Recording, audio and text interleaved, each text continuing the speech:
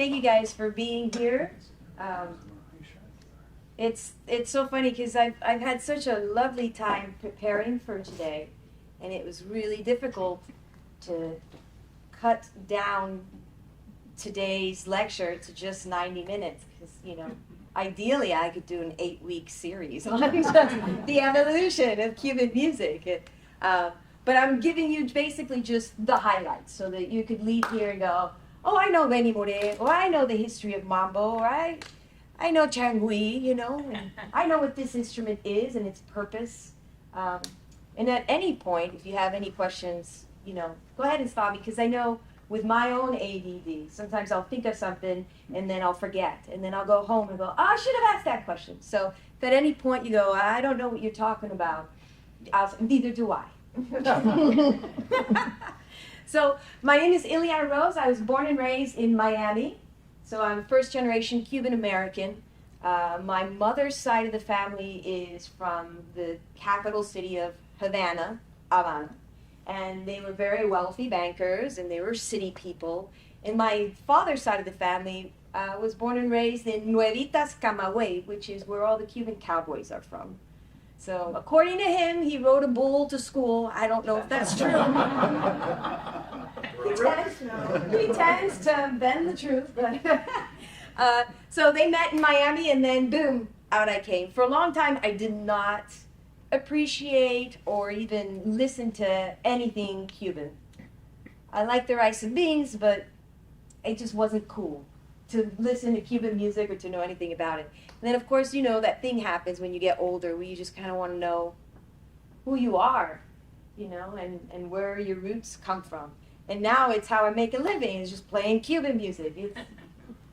I'm not making a living singing Phil Collins, you know, I'm playing.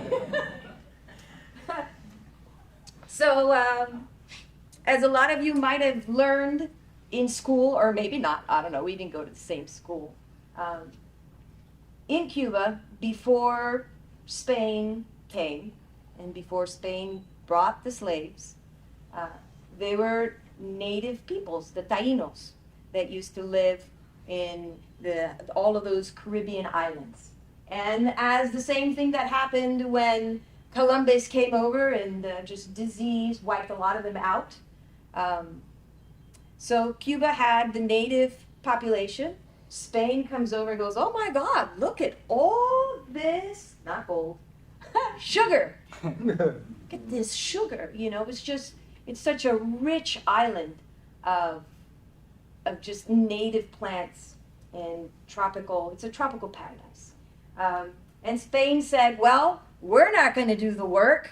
Let's go find some people who will do the work. So they brought over the slaves. And during the course of that happening, an incredible musical integration occurred. So we'll start all the way back to when the Europeans, Spain came. And one of the first styles of music was called the contradanza. And it came in the 18th century from Europe. Check this out. You can just imagine, you know, the couples dancing, and it's kind of like a line dance, and they would switch partners, and listen to this.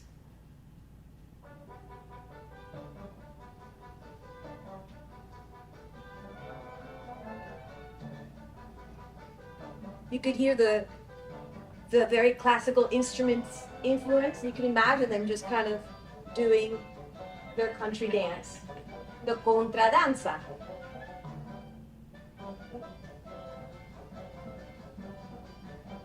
And that came influence from the French, who were actually just one island up in Haiti. You get the idea. Out of the contradanza came the danza, where it was a little bit faster, and it had a different song formatting.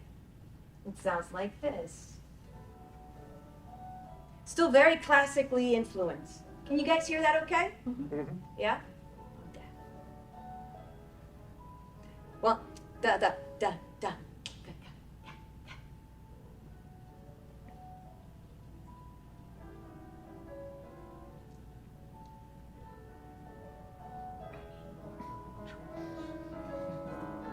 Yeah. You too? Too many years of loud music.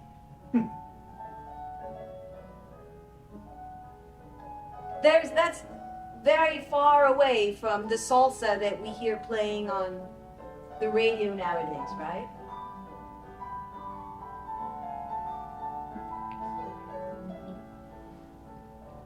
And one of the really famous composers of that style was Ignacio Cervantes, and Lecuona was another very famous composer.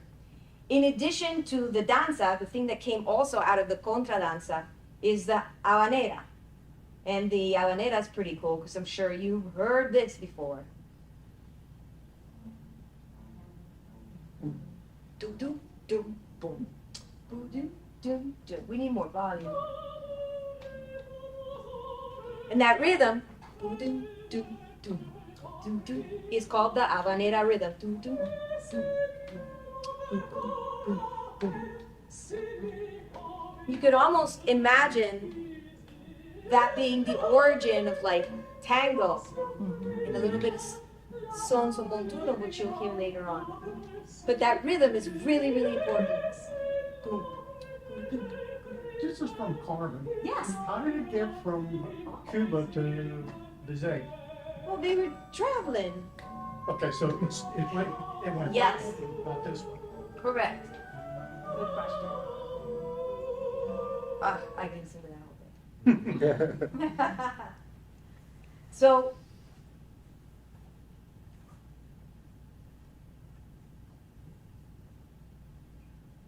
once we got past the contradanza, right, and the contradanza gave birth to the danza en la habanera, the next evolution of that is called the danzón. And danzón, it was played in ballrooms. Now notice how in any of that other stuff that we played, there were no African drums in there, right? Because that was very, very heavily influenced by Europe. That's what all the rich Europeans used to listen to. While all of that was going on, there's rumbas being formed around the campfire. We'll get into that in a minute. So we're still dealing with the European influence, and this is the ballroom dancing, and you'll notice like they had fancy instruments. They had the wind instruments, the trumpets and the clarinets from Europe. And this is where the first timbales show up. Timbales are basically timpani drums, kettlebell drums, that over the years they got smaller and smaller and smaller and smaller and smaller. So check out this video and you'll see how important the dance form is to the music. Because Cuban music is really based on the interaction between the musician and the dancers. Without the dancers, then there's not much point to the music. The dancing always came first and was a huge influence on the style of music that was being played.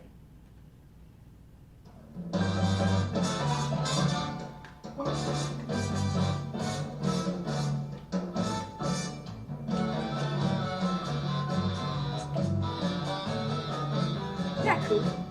Yeah, let's watch this one.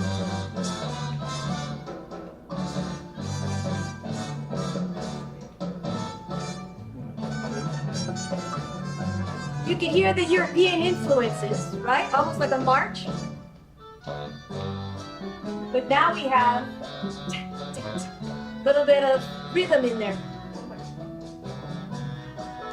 And the dancing is very, very glamorous. You can see his kettle drums. Yeah, out of tune. This is called a danzón.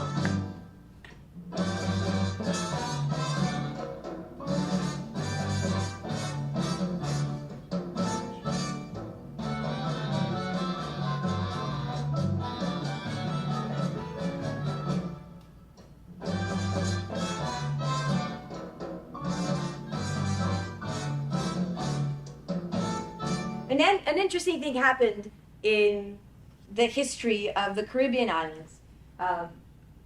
The Haitian slaves revolted and kicked out all of their French masters.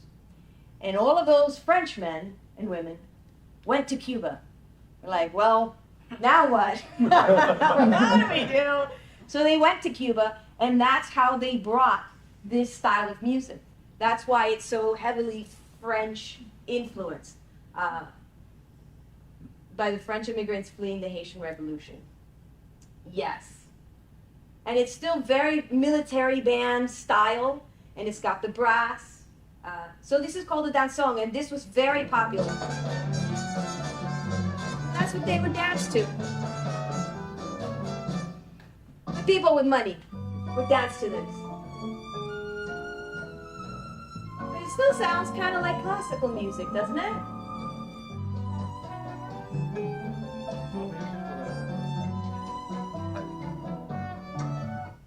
All right.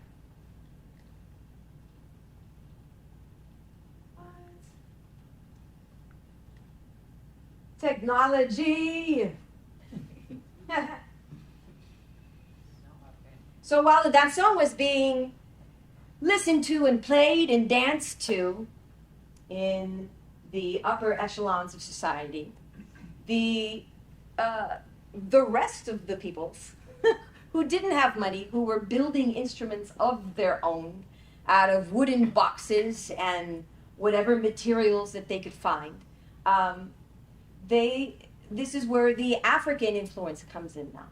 Because one of the things, thank God, that they were able to bring were their drums and their knowledge of how to build the drums from scratch. So this is actually a conga drum. It's my husband's conga drum.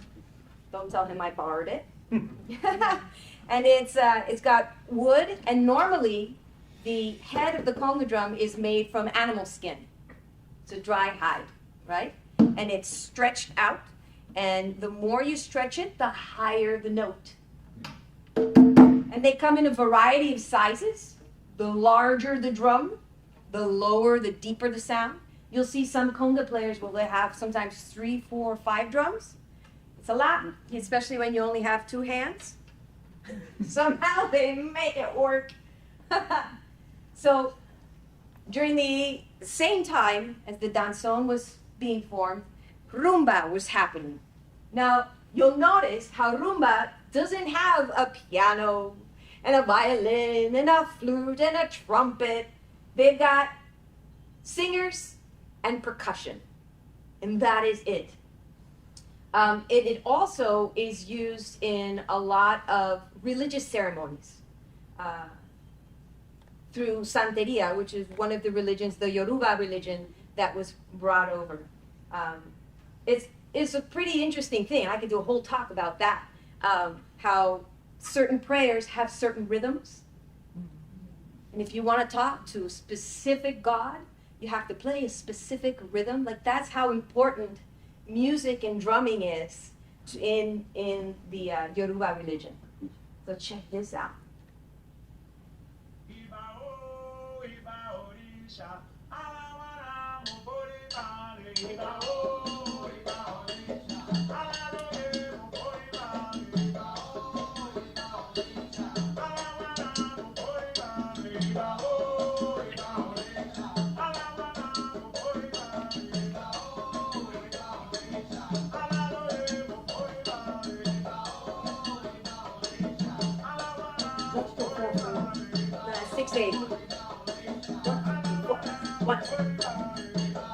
You'll hear the call and response. You have the caller and then the chorus responding. That's really important in salsa music, in what comes next. The call and the response.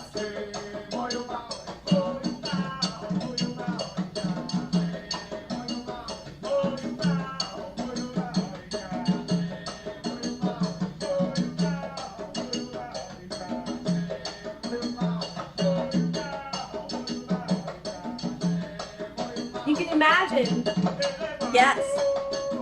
3 drums are the 3 different sounds in there. It's like it was the lower one as opposed to the higher one. Yeah, and each one is playing a slightly different rhythm.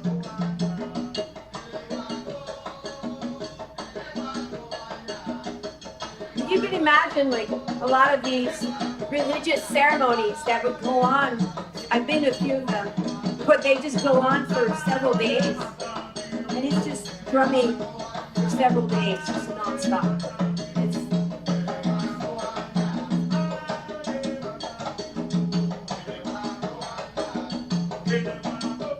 And you could hear, like, that wasn't Spanish. That was Yoruban, right? They're speaking in their native African tongue, and it's pretty awesome. I had the opportunity to perform at a few of those religious ceremonies, and the police came 3 or 4 times. It's like 3 in the morning, and I'm like, when is this gonna end? But you know, and everybody just gets dressed up, and it's an incredible celebration, through beautiful music.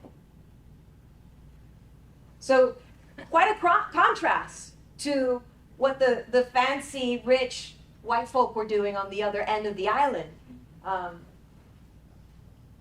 You can see here this map. So my mom is from the capital, right? La Habana. And a lot of the slave trade landed here just because it was closer and faster. My father's side of the family is from Camagüey here. But back then, you know, they didn't have cars. So it would take a few years for a specific rhythm or an instrument or news to travel all the way to the other end of the island. That's so cool. Have any of you ever been to Cuba? Yeah, okay. Very cool. We'll have to talk later. So we had the danzón, and now what's going to happen is there's going to be a combination of the danzón with the rumba, because eventually the different parts of the island are starting to mix. So this is what they call proto-son, before son. Son, S-O-N, and son montuno, we'll see soon. So one of the early signs of son is a repetitive pattern, right? So it's a...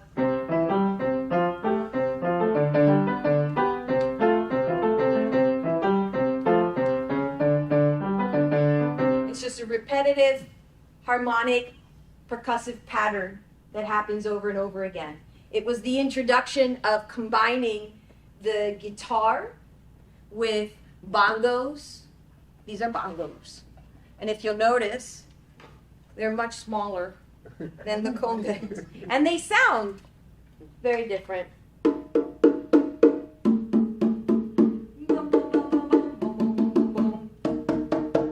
But this size head is almost as big as this one. And it really all depends also on how far you tighten in terms of what pitch. Congas, bongos. Repeat after me. Bongos, congas. So don't you dare go to a show and say, hey, can I play your bongos? No. Yes. Where's the names coming from? From Africa. Everything comes from Africa. All of the names come from Africa. Even, you know, a lot of the names of the styles of music have roots in African consonants and sounds.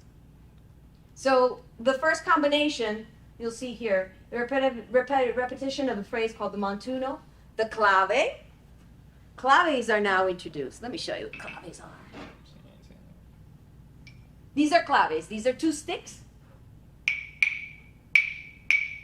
So the instrument is called clave, and the rhythmic pattern that it plays is also called clave.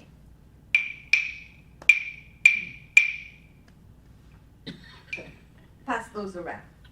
So that now is starting to integrate, because there was no clave in the fancy, schmancy European danza, right?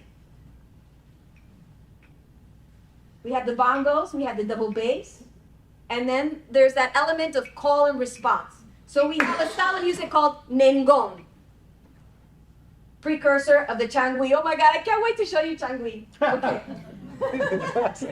And you know, a lot of the stuff back then was improvised. So, and that's still an essential part of Latin music. Yeah. So what are these? Wood. No, it looks like pine. It doesn't look like pine. It's a super solid. I don't know. I got it online.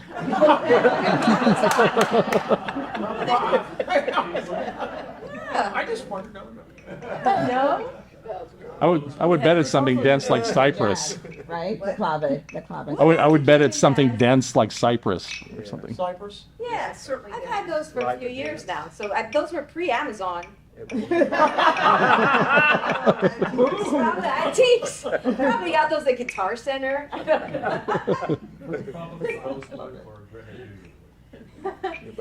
So we have Nengon. We have another style called Suku Suku. And Suko, you know, it all depends on the different parts of the island. You know, similar things were kind of boiling up, but slightly different. The difference with the Suku Suku is that the singers would use a decima. Decima, which roots is the number 10. My grandfather, he used to recite decima guajiros, and it's 10 lines of Cuban poetry. And it was, they sounded like riddles to me. I couldn't make any sense of it. But that's a key element of the Suku Suku. And then we have Changui. Changui is such a cool style of music, and it really is the root of everything else to come. Because Changui involves all the rhythmic elements as well as the melodic elements. And it came from Guantanamo. Let's see. Guantanamo. Right there. They say that the best Cuban guitar players all come out of Guantanamo. There's something about the water in Guantanamo. And you know the song Guantanamera, right? Guantanamera is a beautiful woman from the city of Guantanamo. Guajira, Cuban cowgirl. Guajira, Guantanamera. So let me show you. It arose in the sugarcane refineries in the rural communities populated by slaves. Changui combines the structure elements of Spain's canción, so the Spain's lyrical and chordal structure, as well as the African rhythms. This is a really cool. By the way, Iliana, these are rosewood. Oh, thank you. How much are they worth? Here you go. One of the things that really stands out. Did you guys get a chance to see it? Oh my God! Here you go. Rosewood. One of the things that makes Changui super cool and different from other styles is its syncopation. Do you guys know what that means? Syncopation. That's when, you know, you hear music and you kind of go like this. Syncopation makes you kind of go like this, where everything is on the upbeat. So it's not, sometimes in Changui, it takes a minute before you could even figure out where beat one is. It's kind of tricky that way. So this guy is Renecito. We're gonna watch this video.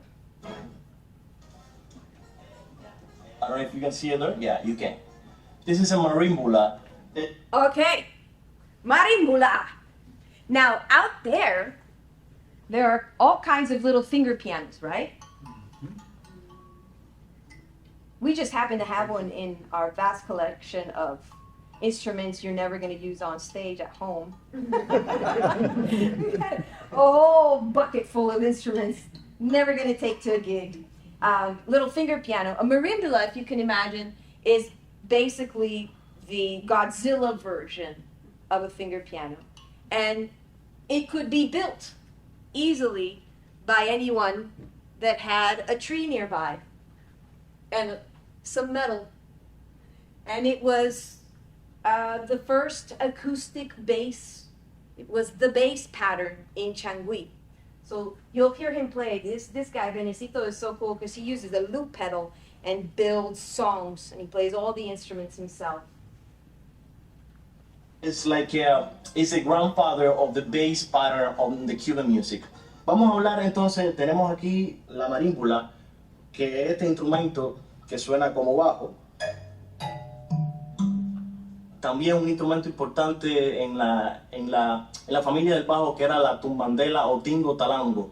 Another instrument, it was made from the ground.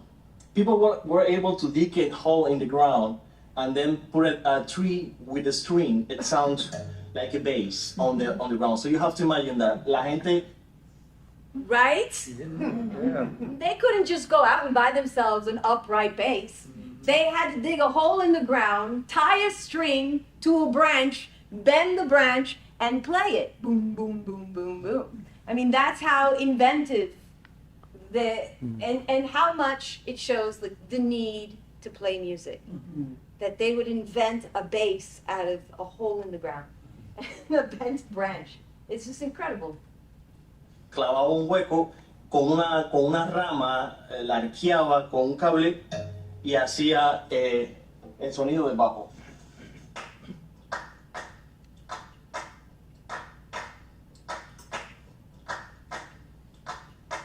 Ok, por ahí tenemos la clave del changüí, right? Es un poco el aire, el tiempo es un poco más adelante, pero bueno, estoy tratando de explicarlo, quiero que entiendan todos los acentos del changüí. Pi, pi, pa, alright?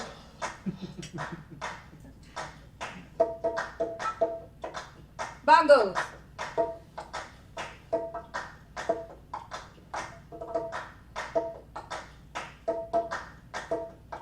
Maraca definitivamente es una herencia que tenemos de la parte de Colombia y Venezuela, y pues ya los cubanos nos hicimos dueños de ella hace muchos siglos. Check it out.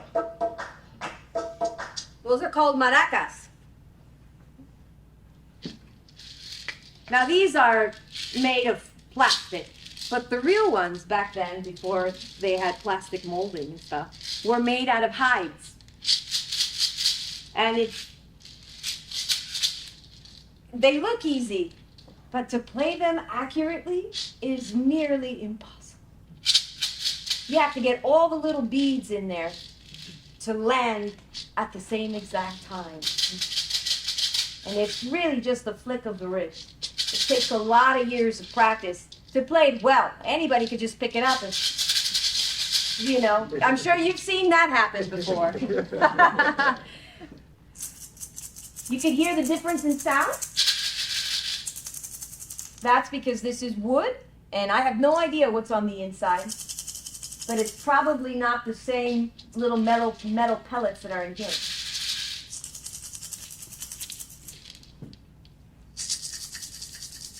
Different sound.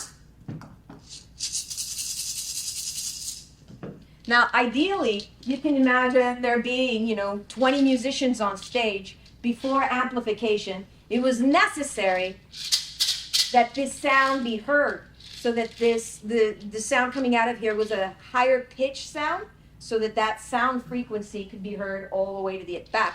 Otherwise, if you have a lower sounding, softer sound, you're not going to hear that over the cowbell and everything else. So that's always something, and this is just so loud. It's so loud. Now, this is called a maraca, right? Not a shaker. This is a shaker. This is a shaker. It's smaller in size, doesn't have handles, it fits in the palm of your hand. Specifically, this is called an egg shaker because it's shaped like an egg.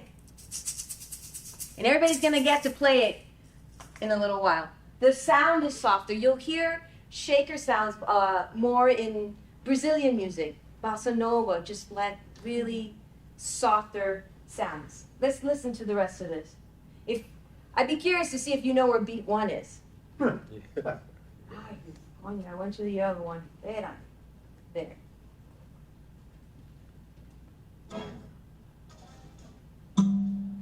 We're able to dig it, to imagine that. I mean, just that makes me think that the 1 is in a specific spot. Ok, por ahí tenemos la clave del changüí, right? And then he starts playing, you go, wait a minute. Es un poco, el aire, el tiempo es un poco más adelante, pero bueno, estoy tratando de explicarlo, quiero que entiendan You almost think it's a todos waltz, los acentos del changui. but it ain't. All right. That's the syncopation that I was talking about, like not knowing exactly where to put your foot when you're dancing. Maraca definitivamente es una herencia que tenemos de la parte de Colombia y Venezuela y pues ya los cubanos nos hicimos dueños de ella hace muchos siglos. Check it out.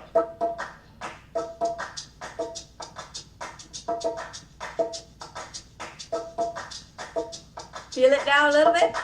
La huira también es muy popular en el Caribe, en otros géneros como el merengue, la bachata. En este caso tenemos una huira de metal y es la que se usa en la familia del changui.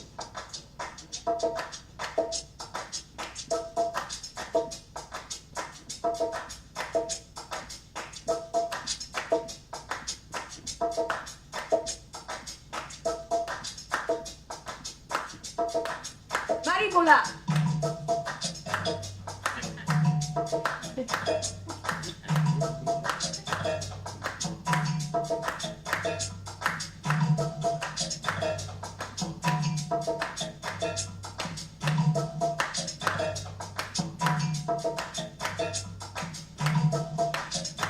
Este fue probablemente el único instrumento que tuviera la posibilidad de I'll hacer explain these armonías last two y instruments in a minute. en los campos de Baracoa, de Inías. Entonces viene así, el tres cubano, dice así como que.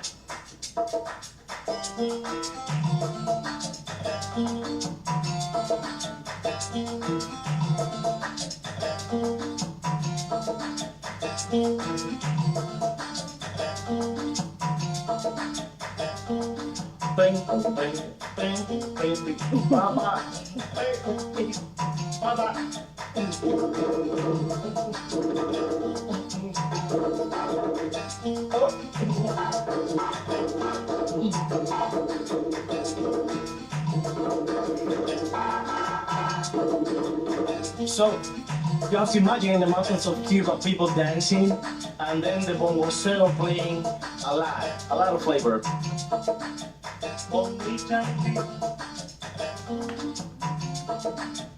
bongi changi, bongi changi. Oro sencillo, familia. Bongi changi, bongi changi, bongi changi.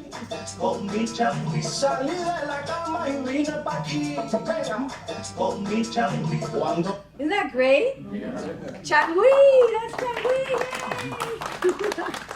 I'm very familiar, like in merengue, like Mark Anthony, for example, a current artist. Yeah. He plays a lot when he plays with his band. You hear a lot of the sound. Yes. You know, the minute you hear the bongo sound and the guido sound, there's something very familiar to that. And it's used throughout the entire Caribbean styles of music. But merengue is completely different style. It's way faster, and it doesn't use the marimbola. It uses a completely different thing. And Mark Anthony plays mostly music from Puerto Rico, which is almost the same, but very different. You know, they have, very different. You know, they have plena and suca, and they've got a whole nother thing as their musical genres evolved. You know, they have a lot of the same fundamentals because it all comes from Africa, right? But the evolution of it kind of went off into a different branch. Mm-hmm. Yeah. So one of the instruments that he was showing you is called a huira. This is a huiro. So this is the masculine form of a huira. The masculine form is because it's wood. It's made, well, this is plastic. Healthy. This will last. Several nuclear bombs, this will last. But normally it's a gourd, right? Like a big old pumpkin. And they carve etches into it.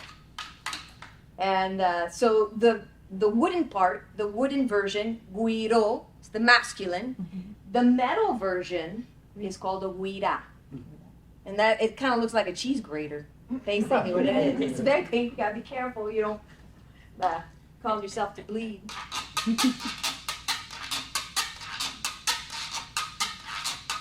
That's just a standard guido pattern. And the way you play it is a U, down, up. And this is another one of those hand instruments that looks sort of easy, but when the tempo kicks up and you gotta, it's like, your hand will hurt. So this is a what? A roll, right? The masculine version. Very cool. Look at this. They even give you fancy rubber padding for your fingers, you know? We're living in a very nice, comfortable age. The other instrument that he was playing was the Cuban guitar called the tres. Tres means three in Spanish. You guys imagine why it's called a tres? Three pairs of strings, tuned octaves apart. Yes! Woohoo! You got it. Now in Puerto Rico, they have a cuatro. Four strings. Not 4 pairs of strings? 4 pairs of strings. Okay. Yes. What it is, it's like, it's 2, 2, 2, and they're both tuned to the same pitch. So they're not octaves apart, but they're the same pitch. And it allows them to really play a lot faster than you could imagine, just because the very next note is right there. The very next string is so close. But the tres is something that could be made. You know, they didn't have access to ivory to make the keys on a piano, but they had wood and they had strings. So that's why changui, and changui literally means to party. That's the definition of the word changui. Very, very syncopated. A lot of the changui rhythmic pattern that they would play is all on the upbeats. No sad, sappy songs. This was party time. Here we go. All right. So you can imagine we have the partying going on, and then we've got the sentimental types who were largely influenced by the troubadours, right? That came from Spain. And they would love to recite poetry and to sing very melodically, and they would have their guitar. And so this style of music is called trova, based from the troubadours. And it's gorgeous. It's all gorgeous.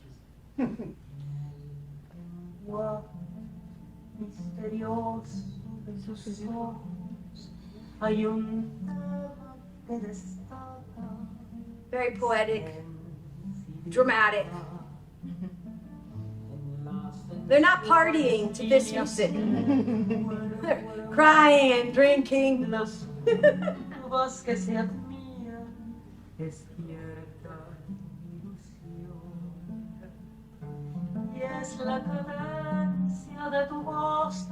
This is the very heavy Spain influence.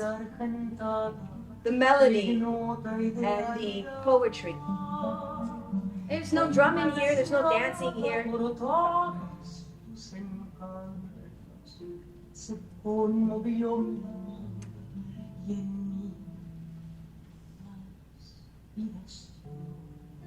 All right, that's enough sappy stuff. Yes. Would trova translate to English as travail? I don't think so. Like sorrows or burdens? Or something? I think the trova comes from the troubadours. Oh, okay. Because that's the trovadores, they were the ones that would walk around and just kind of sing a song and improvise a song for you in the moment. You know, the way that you can imagine the minstrels, you know, who just kind of go around, similar thing. Yeah.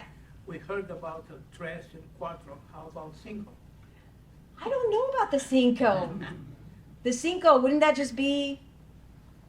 The Irish have that. Yeah. Cithern. The Irish have it.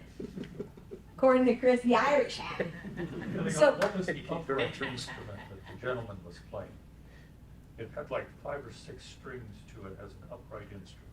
oh, well, in that video that was taken more recently, he was playing an acoustic bass, and I think that's just a cello. Six strings. Yeah, I don't know what that is then. What do you think that is, you guys? Six-string cello. Maybe like a viola da gamba type thing. Waiting for another shot of it.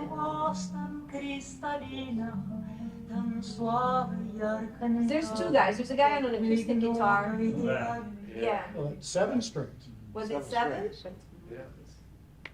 I don't know. That's a great question. Oh, but it's every time I click, it goes to a different thing. Anyway, we're to be determined. So the combination of this party sound with the dancing and the drumming, combined with the European influence of the trova, we have something called son. Now remember, we had all those pre-sons, right? The nengon, the changui, the suka-suka, the nengon, right? All of that combines and evolves into son. Now, as Renecito was saying, that in changui, the bongocero would improvise a lot and would mimic or inspire the dancers' movements. Mm-hmm. And they would have this beautiful conversation of music and dance. So if the dancer went da-ga-da-ga-da, the bongo player would go da-ga-da-ga-da. And they would inspire each other. It's super cool. So now we have song that came through about 1950 to 1940. And we have this beautiful combination of Europe and Africa. And you'll see in some of the dancing here how the European influences are there, but yet there's a lot of roostering, my grandfather used to call it. Roostering, because, I mean, isn't that the point of, I have roosters, I have 4 roosters, so I get it more so now than ever before. Roosters do this little dance to impress the girl, like, I'm coming, are you ready? The roosters do this thing, and in this kind of dancing, and you'll see it in this pair, there's a lot of that kind of posturing of like, I'm being romantic, you know, and will you choose me? There's that, you know, fluffing of the feathers kind of a thing. My grandfather used to call son montuno, son dancing. It was very much the way a rooster would approach a hen.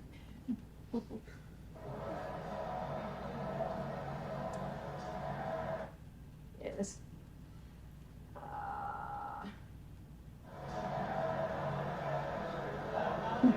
This is an actual video taken in Cuba.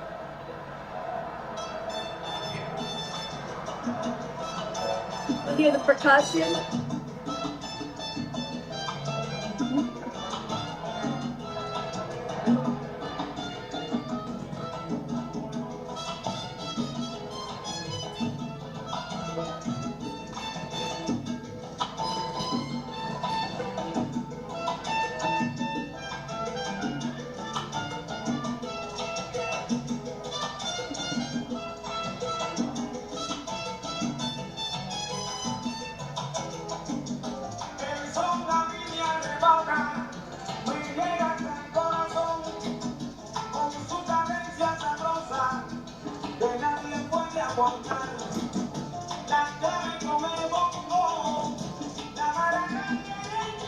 It's like they're gliding, isn't it?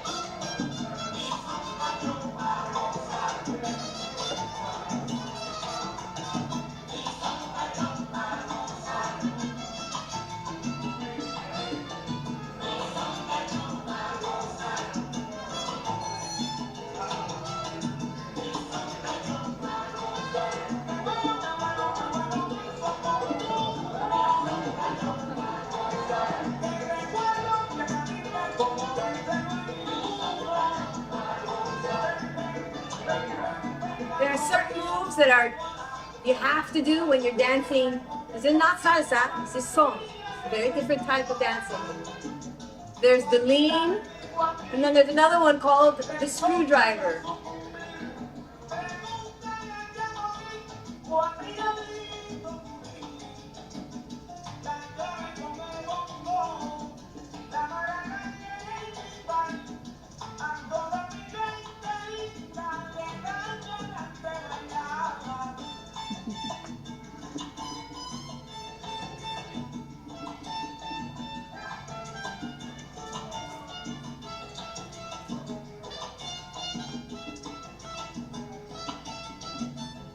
There it is.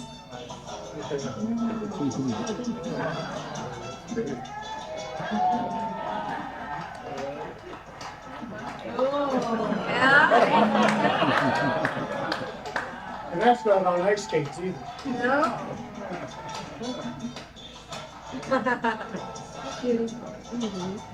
That's called the screwdriver. But yeah, 'cause he's just rotating like a screwdriver. But watch this. This is another pair.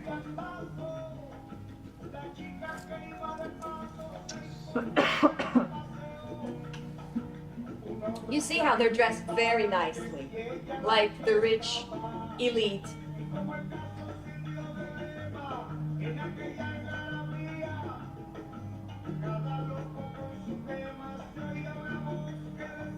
This couldn't start in the tropics until way after sundown. I mean, just there's too It would be dressed. too hot. Yeah, they're just too dressed.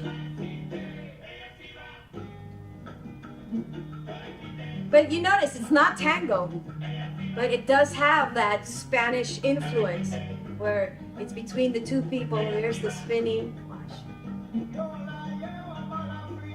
The leaning.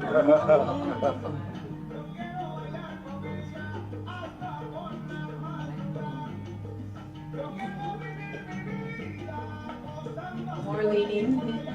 She must have great like upper body strength.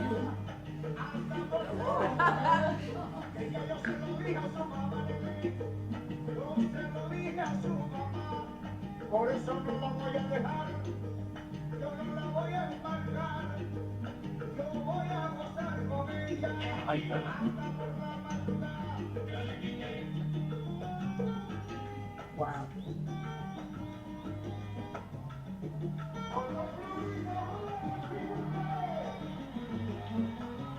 He's about to do the screwdriver. That's a lot of the turning.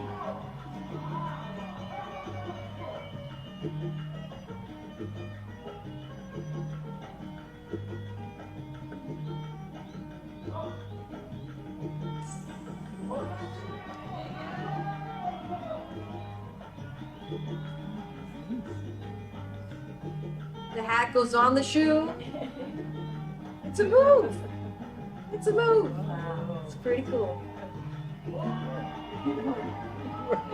Anyway, look at that. Don't try that at home. Break your back. Or it's your chiropractor. Yeah. It's a beautiful kind of dancing. And you can see its influence of it. It's using the melodic and the European gliding, but it's also got the extra little oomph where the rhythmic and percussive sounds kind of are put together. And the clave's in there. All right.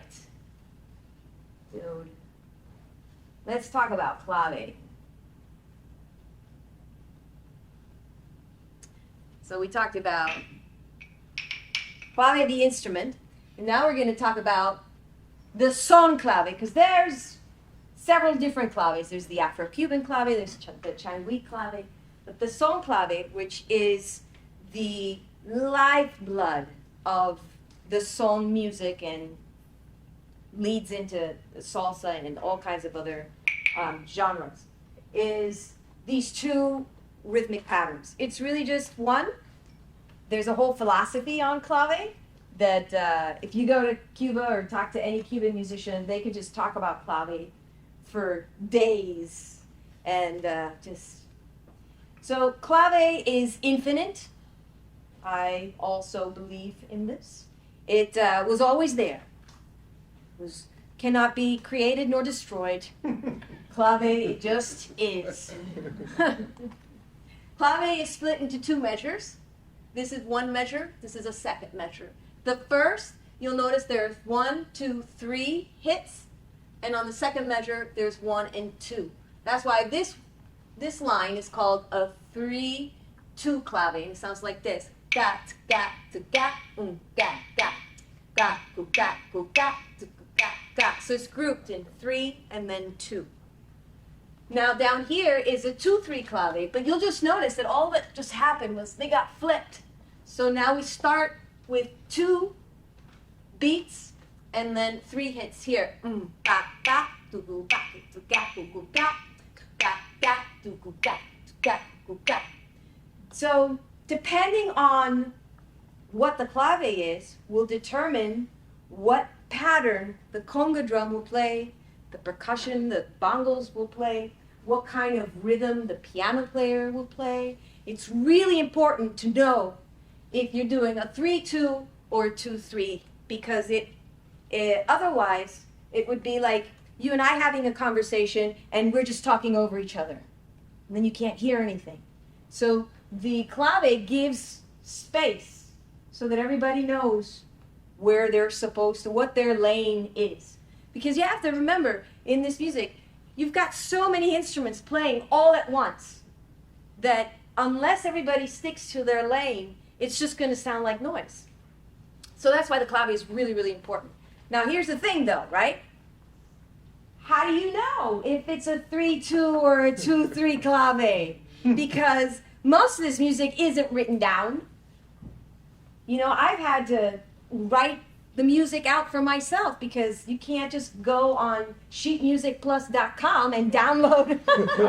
Although, you know, some of the more popular stuff is available, but the way you figure out whether it's a 3-2 or a 2-3 is by listening to the piano, listening to the pattern that the percussion is playing, and then guessing. Literally just guessing. Does it feel right? Yes. Okay, I think it's a 3-2. Now here's the deal, right? They say that the clave is constantly moving. Ga, ga, tuku, ga, ga, ga. That there is no 3-2 or 2-3. That it just is. And the way you determine what the song is when the song starts. If the song jumps on that train while you're doing the 3 or while you're on the 2, that's all that it is. So the clave never stopped, never started. It's just a matter of like, okay, jump on. That's the clave. It's a philosophy.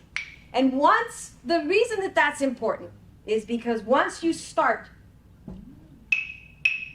on a 3, or once you start on a 2, you can't just switch all of a sudden, because it's never ending.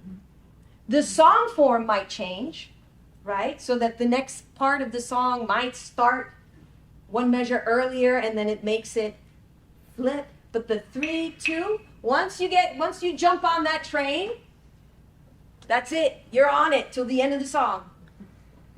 Yeah. Are songs set that, you know, say Bésame Mucho is a 3-2 or a 2-3, or is that up to the interpreter? Bueno, Bésame Mucho is a bolero. Okay. Yes, Bésame Mucho. Oh, okay. Well, It hasn't been invented yet. okay. Well, a song that would use the clave is it up to the interpreter which one they use, or is it set per song? Certain songs that have been written before, depending on what rhythm their melody has. So, for instance, we have a very famous song, right? We have Chan Chan. D'Alto Cedro voy para Marcané, llego a Cueto voy para Mayarí. D'Alto Cedro voy para Marcané, right? Llego a Cueto voy para Mayarí. Where you feel the clave? Da voy para Mayana. Tanto cedro, can you feel it? Tanto cedro, voy para Macané. Llego a Cueto, voy para Mayari. So the chorus of that song rhythmically lends to that clave.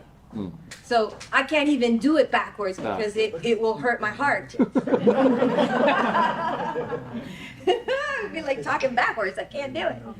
So that's really the way that the clave is determined, is based on the chorus of what that rhythmic entity is. So that is the philosophy of the son clave. So there are several claves. We're not going to go through all of them because I could do 90 minutes on just the claves. We're not going to do that. I don't want to bore you guys. So after the son, right, we have that beautiful dancing. We have the combination of the African influence with the European melodic. Now the dancers are starting to get a little riled up. And they're like, this is too slow. We need a little extra. Okay. And they say, we need something at the end of the song, once we've, gotten to know our dance partner, we need something that moves a little bit more. And that's how they added, not son montuno. So the beginning part of the song is son, and if you can imagine, it's like the verses. It's the head of the tune. And then, once the dancers are warmed up, then they really want to party. And it speeds up a little bit, and it's a little bit more lively. One of the very, very important, influential composers of the time is a dude named Arsenio Rodriguez. And he played the tres. He was a blind man, and he had the Arsenio Rodriguez Band.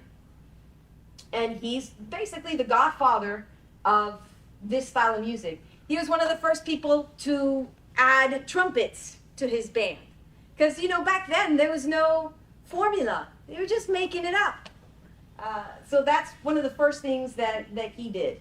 It's one of my favorite songs.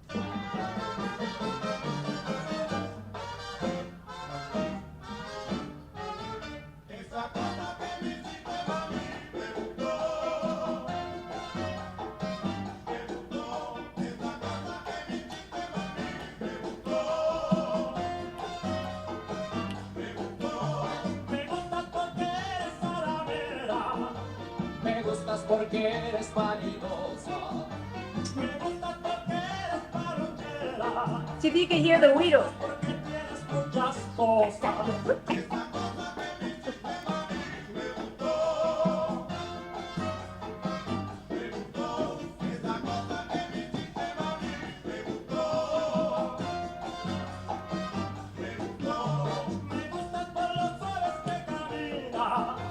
Me gusta cómo mueve la cintura. Me gusta porque andas con dulzura. Tú tienes muchas cosas que fascinan. Esa cosa que me hiciste a mí me gustó.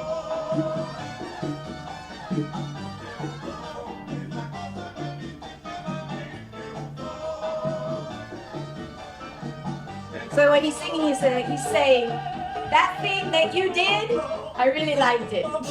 That's what this song is about. That thing that you did, I liked it. Me gustó.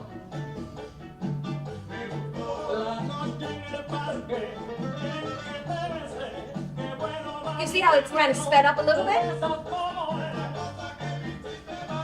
That's the chorus, the call and the response. Now he takes a solo. On an instrument called what? Tres. That was his instrument. Tres electrificado. That's right. He put a little pickup on there. Woo! You ever hear an attitude tres? Or an attitude 12 string. Woo! It's dangerous. Da-da-da.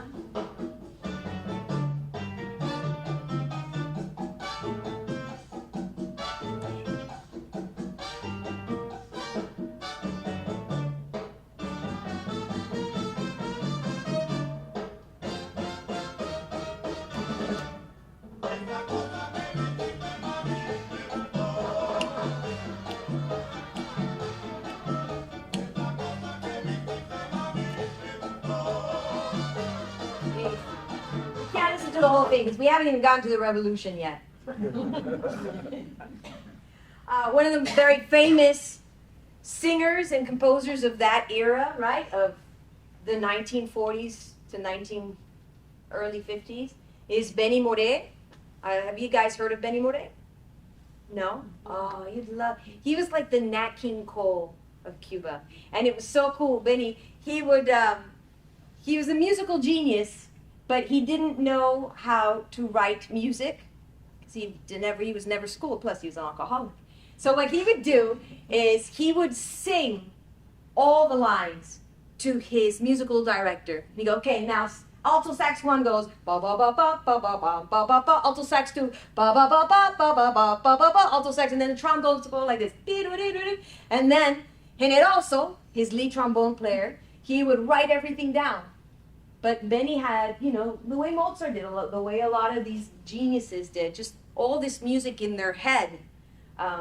So Benny Moré, he's a really great one to listen to. Early Celia Cruz, she was a great sonera. And one of the leading composers of the time was Ignacio Piñero. You've heard a lot of like the old guys in the Buena Vista Social Club. They were also pioneers in this music because it was their modern day music in that time. Bolero. Now bolero is different from trova because remember trova didn't have percussion. But it has the elements of the trova with the melody and the chords and the sentimental topics. And that goes all the way back to like the 1880s. And some of the most famous people, Trio Matamoros, they've got lots of Bésame Mucho versions. Olga Guillot, La Lupe. Although, did you know that Bésame Mucho was actually written by a Mexican woman? I didn't. Yes, Consuelo Velázquez. All right. And did I read that at the time she wrote it, she had not been kissed yet? Uh-huh.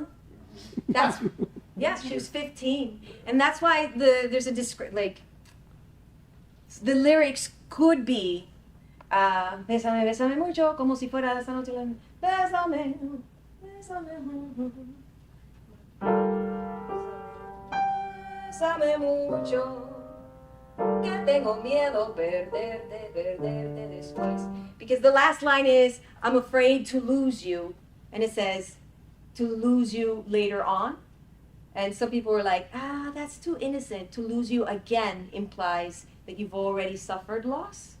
So some people, they either sing it with to lose you in the future or to lose you again. But there's like a discrepancy because she was so young when she wrote it. She was like, to lose you one day, you imaginary guy that I've never met, child. That's crazy. So in the late 1930s, this thing called mambo started to form. And it's the next step from danzón. So if you remember danzón was that very European sounding thing. And again, this was driven by those dancers. The dancers was like, listen, this is too formal. We want to party. So they're like, okay, we'll add on this extra little section. And one of the first times that the word mambo was even used was by Cachao and his and the band that he was playing with. I just want you to hear the difference here. This is the danzón, the very formal. You could hear the European elements. There's a little bit of percussion there. Ga, ga, ga, ga, ga, ga. Let's speed up.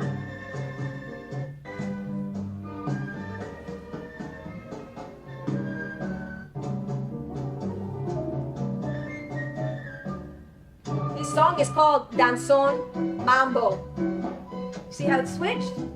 Here, listen to this transition. It doesn't have much of a transition. It's just like, okay, here you go.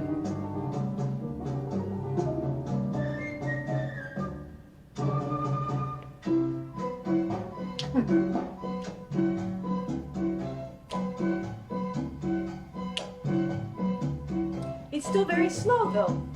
This This was in the very first time that they've added this other little section to it.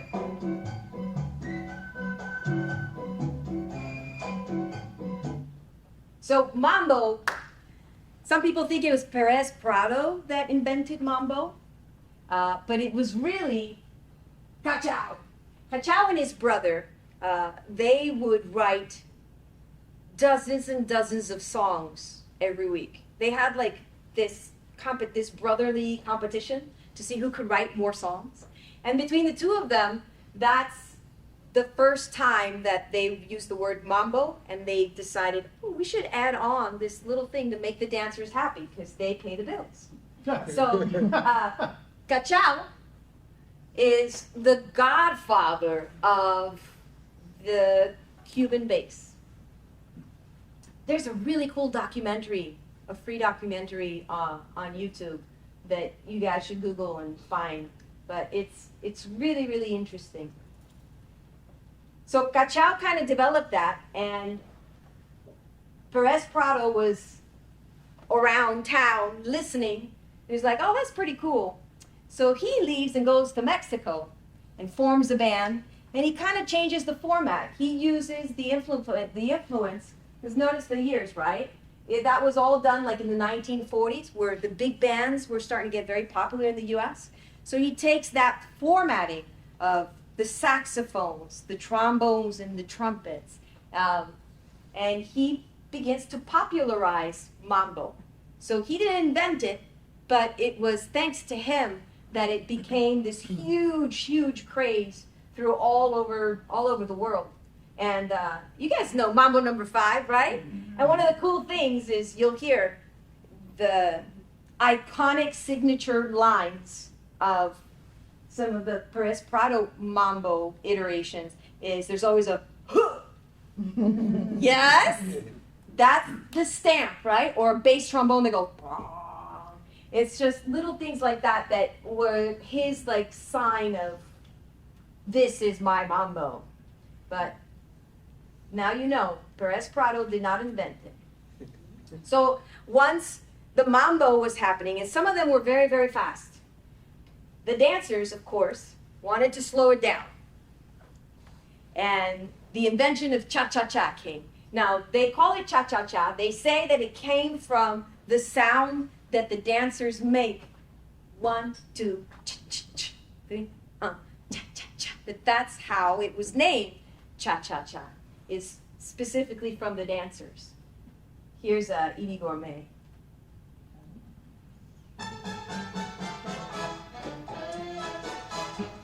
It almost sounds like mambo, but it's a different dance style.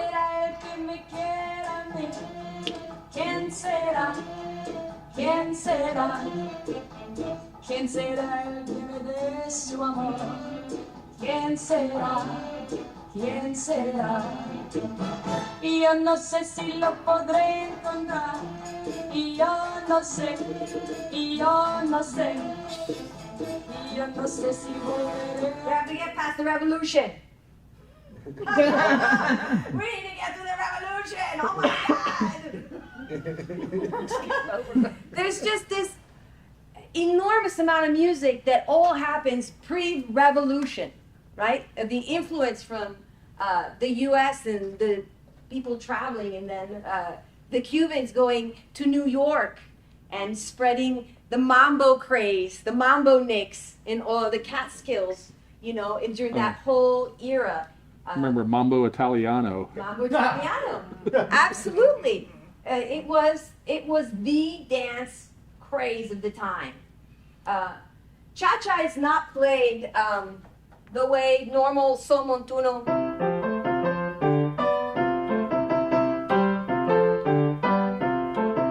Doesn't have that. The piano normally goes. The bass line is very different.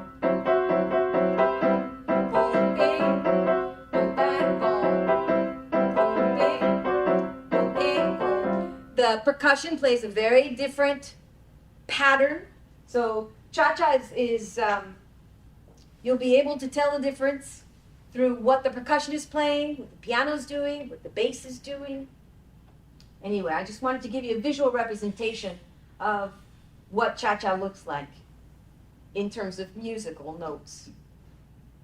So, as we were saying, right, so the Cubans are going to New York, and they're being influenced by Dizzy Gillespie and Bird and all of these incredible bebop musicians. We have to watch this. This is the story of Dizzy Gillespie talking about how he wrote Manteca. Here, let's watch it. See if I can. I said, yeah. He said, yeah. He said, Bow. He say is Chano Pozo. Chano Pozo was his percussionist from Cuba that played in his jazz band.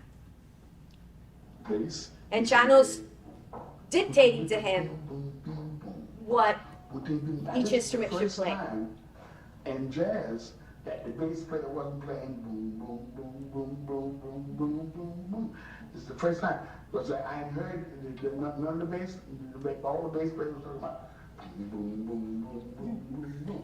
So Chano said, the bass player, face, bow, boom, boom, boom, boom, boom, boom, boom. And he said, saxophone,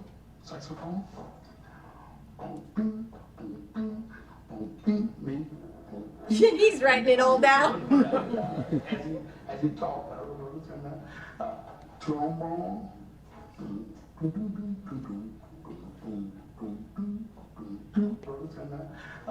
trombone,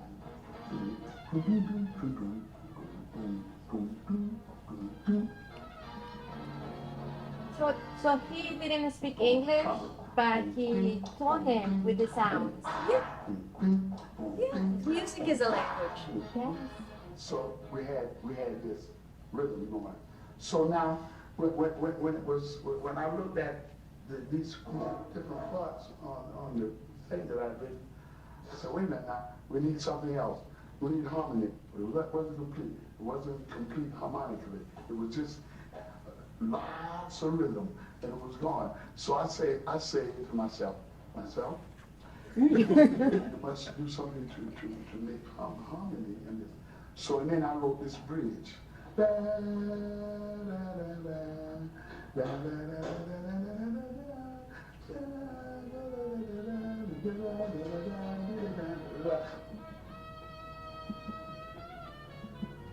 That's the story of Manteca. It's Chano Pozo telling him, let's start the song this way. And Dizzy going, okay, that's great, but now we need a bridge. And then we took this thing that we'd written, that I written, to Gil Fuller. And Gil Fuller was the arranger, and we gave it to him. The arranger kind of just wrote it all out and filled it out, and that's Manteca. So Dizzy had Chano Pozo, and Bird, Charlie Parker, had Machito. And that's the combination of Cuba with jazz. And you'll hear that, all through the 1940s, mostly in New York. Ay, otra vez. Okay. So this is funny. I learned about this a few years ago, and I thought the musician, the Cuban guy that was telling me, I thought he was playing a trick on me. He goes, haven't you ever heard about feeling? And I was like, what is that? He goes, that's a style of music from Cuba. I was like, what? Feeling? Yeah. And I was like, what are you talking about? Feeling, and look how it's spelled, F-I-L-I-N, comes from the American word feelings. Oh, And yeah. that's why I thought he was playing a joke on me. I was like, no, that can't be it. And feelings is basically, it's very influenced by jazz standards. So a lot of the boleros and the slower romantic music of the time didn't have all these intricate flat nines, sharp 11s. It was a little more simplified. And this genre of music, feeling, was influenced by the US, and they just would add chords just to add chords. Just to overcomplicate everything. So this is an actual style of music, feeling. I couldn't believe it. I thought the dude was like playing a joke on me, but it's a real thing. So it's a combination of the US jazz chord structure with Bolero. All right, the revolution, just in time. The revolution happened right in 1950, so they all took place. It didn't happen overnight, but it took a few years, 1953 to 1959. And Castro came and he was like, all right, you guys, this is going to be awesome. We're going to get rid of corruption. We're going to get rid of discrimination. We're gonna prosper. Everybody's going to be healthy and wealthy. And I was like, yes, let's do this. Of course, as with, communism, it's great on paper. he had no idea how to implement those things. So one of the first things that Castro did was he showed up, he goes, all right, no more discrimination. And now we're not allowed to talk about it. So all the artists now couldn't talk about anything that was anti-political because according to Castro, he fixed it all. So all of a sudden there was this incredible level of censorship that really dampened anything that you could write about, sing about. And because of that, there's this style of music called Nueva Trova. Trova, remember, Trova is from the troubadours and it's very melodic. And because they couldn't sing about what they wanted to, most of these songs post-revolution were about socialism and how great it is. Because God forbid you wrote a song about how not great it is, you were immediately put in jail, if you were lucky. But one of the more famous singers and incredible songwriters is Pablo Milanés of the time. And I'll just play a tiny little bit of it. It's beautiful. He would write pro-communism songs, because he had to. And then when the government kind of just ran out of resources to find all the dissidents, he completely switched and wrote like anti-government.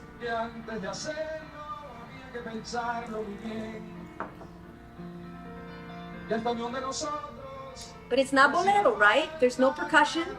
It's very flowy. It's really heavily relied on chord structure and melody. Was the percussion seen as counter-revolutionary? No, it just kind of got in the way of the lyrics. Plus, you can see it's rubato. It flows in and out of time. It's gorgeous. This guy, wonderful. Nueva Trova. Okay, I can't play all of these. So this is, I found this. Google is amazing. I didn't make this myself. I don't have that kind of time. I have chickens and a kid. So if you'll notice, all the red stuff are the genres of music out of Cuba, right? And then you'll see how in the 1950s, it starts to not slow down, but we have cha-cha, feeling, guaracha. But once the revolution hits, it's kind of blank. There's the Nueva Trova, but that doesn't count. You know what I mean? Like they had to sing pro-government songs. And it's pretty light here. And that's because of the censorship. Because the island got closed off. They didn't have access to go to the United States and hear what the U.S. was doing, and the U.S. couldn't come down and hear what the Cubans were doing. So I just found this interesting because you could literally see the gap in what happens. So there's the revolutionary period, right? The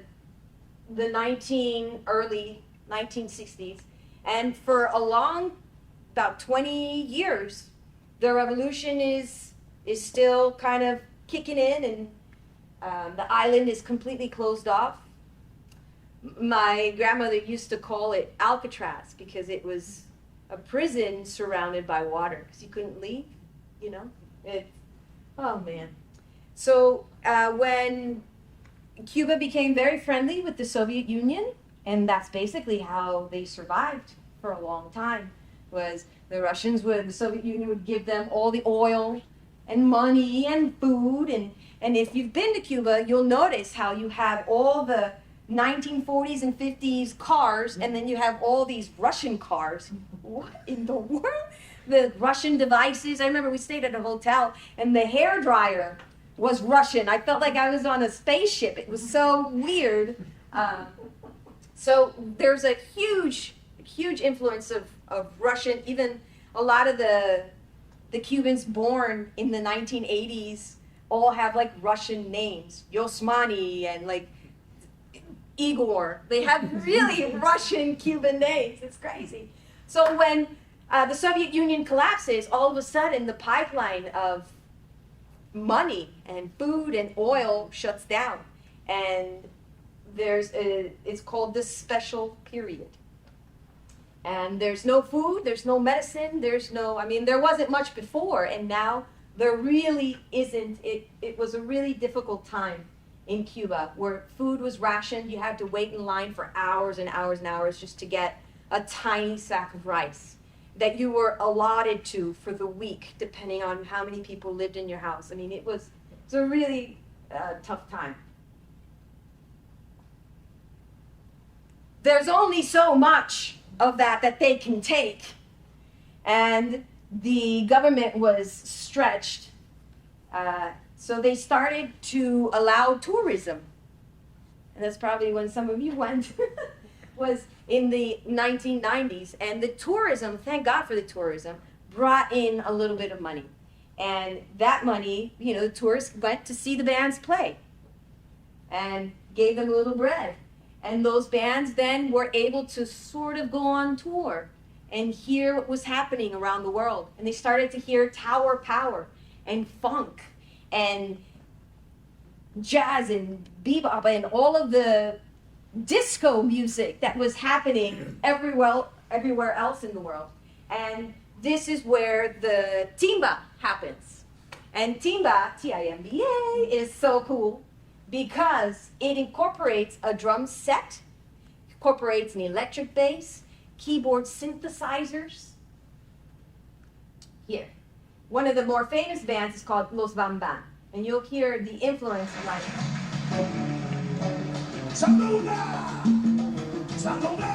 You see the outfits.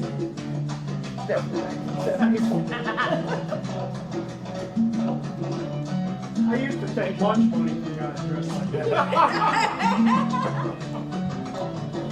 You see that the timbalero has a kick drum, and that becomes really, really important in the timba style. It's very groove-based. Sometimes the songs will go on for 10 minutes long, depending on what's happening on the dance floor.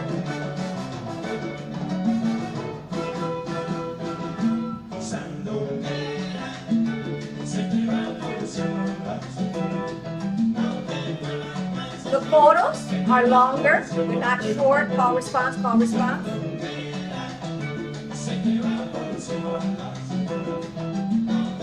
Has elements of jazz. A lot of the horn lines are really, really tricky, as you'll hear in Iraqueres, another famous band.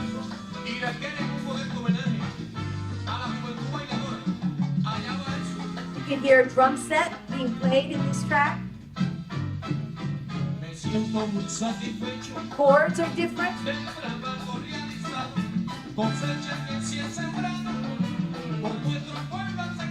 You can hear how different that is from son montuno or changui. Way more modern.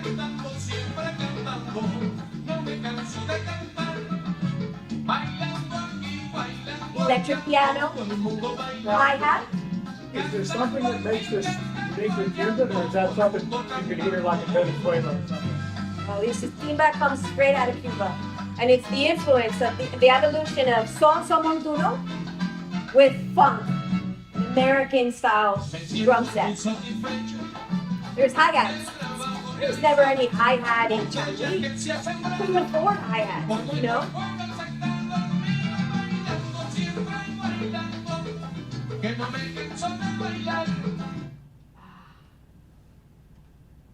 Here is one last video.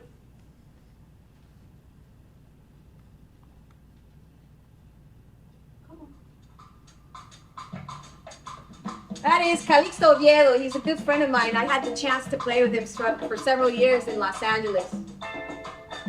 You see he's got toms, kick drum. Here are the bongos. Rumba. Vocal, just percussion.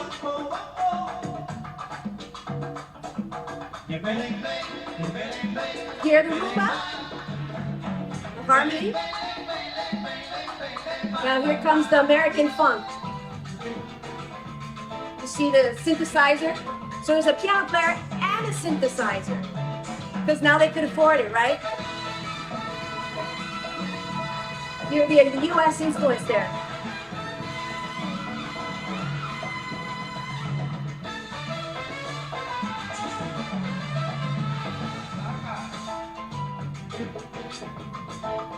Very different from Changui, don't you think? Oh, yeah.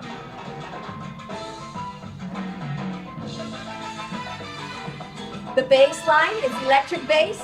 The bass line is funky. It doesn't stick to that rhythmic pattern that someone do know. He kind of had to do the same thing over and over and over again. Here is slap bass. It's funky. It's not a established part of the solo pattern.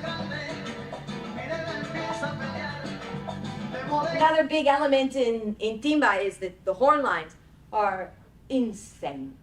I mean, they're tower power on steroids. Yeah, but that, in the 70s and the early 80s, you had like Kool and the Gang. You Yes. had all of those type of bands that were coming out, and I hear that in that Absolutely. music. Yeah. Absolutely. And even the way they were dressed, because the Spanband was definitely Yes. that time. Yes.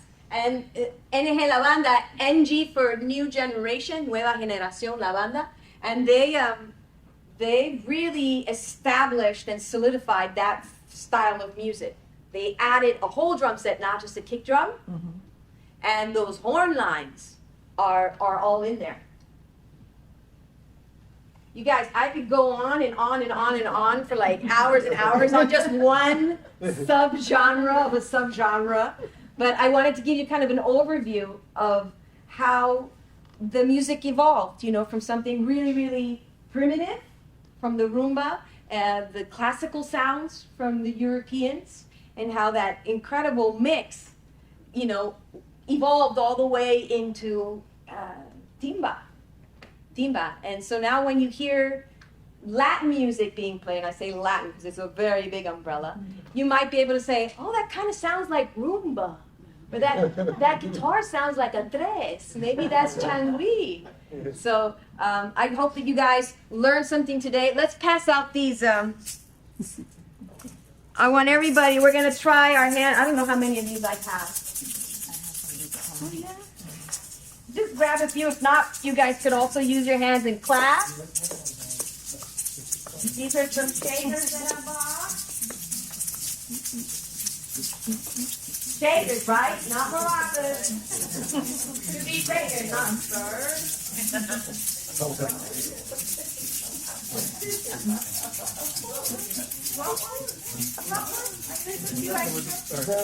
Few extra. Oh, yeah. All right, let's do some clave. You guys ready? Everybody got one? Sorta? Let me go back to that slide, huh? 2, 3, and 3, 2. All right, let's do 2, 3. 1, 2, 1, 2, ready, and rest. Stop, stop, stop, stop, stop. Stop, stop, stop, stop, stop, stop, stop, stop. Good. All right, let's jump on the clave train on the 3-2 side. 1, 2, ready, and stop, stop, stop, stop, stop, stop, stop, stop, stop, stop. One more, stop, stop, stop, stop. All right, give yourselves a hand. Those shakers are for sale. In case you want to take one home, you can let me know and you can take one home. If not, you put it on the basket. Make sure before you leave, you come and say hello so that I see you for who you are. And feel free to play any of these instruments, like touch, jam out. So thank you guys for having me. I hope you learned something. I hope you had a good time. And hopefully I'll be back and we'll do just pre-revolution or post-revolution or just dance song, you know, like we'll have a good time. So thank you guys for coming out.